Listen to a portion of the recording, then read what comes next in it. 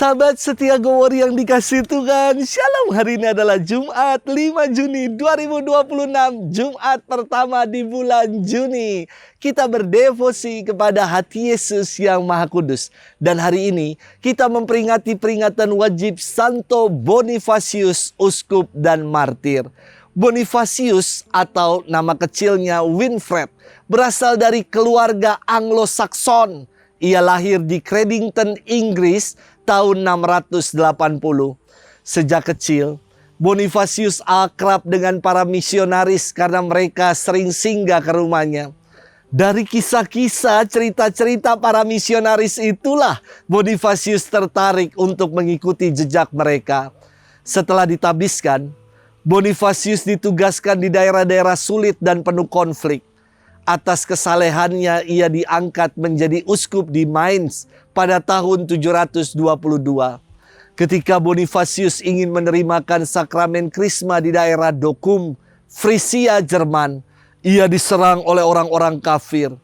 Bonifacius menenangkan umat dengan mengatakan, "Anak-anakku, jangan berperang." Mereka mendengarkan uskup Bonifacius hingga akhirnya Bonifacius wafat sebagai martir pada tahun 754. Santo Bonifacius dikenal sebagai perintis pewartaan Injil di Jerman dan dihormati sebagai pelindung negeri Jerman. Hari ini kita akan bersama-sama merenungkan firman Tuhan yang diambil dari Injil Markus 12 ayat 35 sampai dengan 37. Kita siapkan hati kita. Haleluya, haleluya, haleluya. Barang siapa mengasihi aku akan menaati sabdaku. Bapakku akan mengasihi dia dan kami akan datang kepadanya. Haleluya, haleluya, haleluya. Tuhan bersamamu dan bersama rohmu. Inilah Injil suci menurut Markus, dimuliakanlah Tuhan.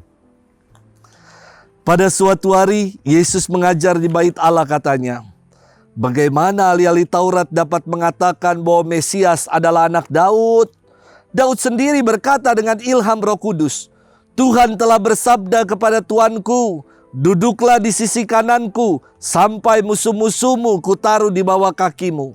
Jadi, Daud sendiri menyebut dia tuannya. Bagaimana mungkin ia sekaligus anaknya?" Orang yang besar jumlahnya mendengarkan Yesus dengan penuh minat. Demikianlah sabda Tuhan. Terpujilah Kristus. Sahabat setia Go Warrior yang dikasihi Tuhan, Shalom. Suatu hari saya pernah ditanya sama umat begini, "Romo, apa artinya gelar Romo? Di belakang nama Romo ditulis PR." Saya jawab, bukan pekerjaan rumah, bukan juga permanent residence, apalagi PR, pemuda rapuh. Karena PR itu bukan gelar. PR itu dari kata praja atau projo, yang artinya imam kuskupan atau disebut imam diosesan. Imam projo adalah imam yang tergabung dalam suatu wilayah geografis yang disebut kuskupan. Mereka berada di bawah pimpinan uskup setempat, ditabiskan untuk melayani umat dalam wilayah kuskupan tersebut. Sahabat setia Go Warrior yang dikasihi Tuhan, dalam firman Tuhan hari ini, Yesus hendak meluruskan paham para ahli Taurat yang keliru perihal gelar anak Daud. Para ahli Taurat memahami Mesias adalah anak darah dan daging dari Daud secara biologis. Paham ini keliru.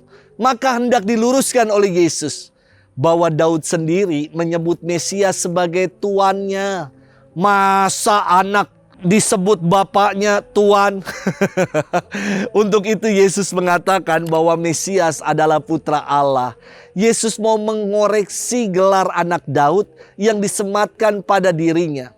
Orang banyak itu meyakini anak Daud dalam nuansa politis, menunjuk pada Raja Daud yang berhasil menyatukan seluruh Israel.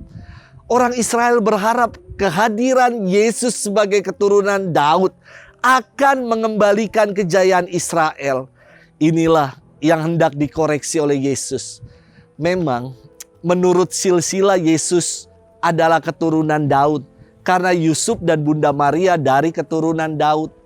Namun Yesus berusaha menyadarkan orang banyak agar mereka meninggalkan pandangan tentang Mesias yang bernuansa politis. Yesus sebagai Mesias adalah Mesias yang menyelamatkan manusia dari belenggu dosa.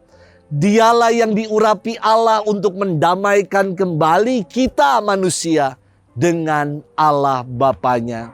Sahabat setia Gowor yang dikasihi Tuhan, semoga pandangan kita terhadap Yesus sebagai Mesias tidak seperti para ahli Taurat yang berpikir sempit sebatas Mesias yang menyelamatkan mereka bangsa Israel dari penjajahan Romawi.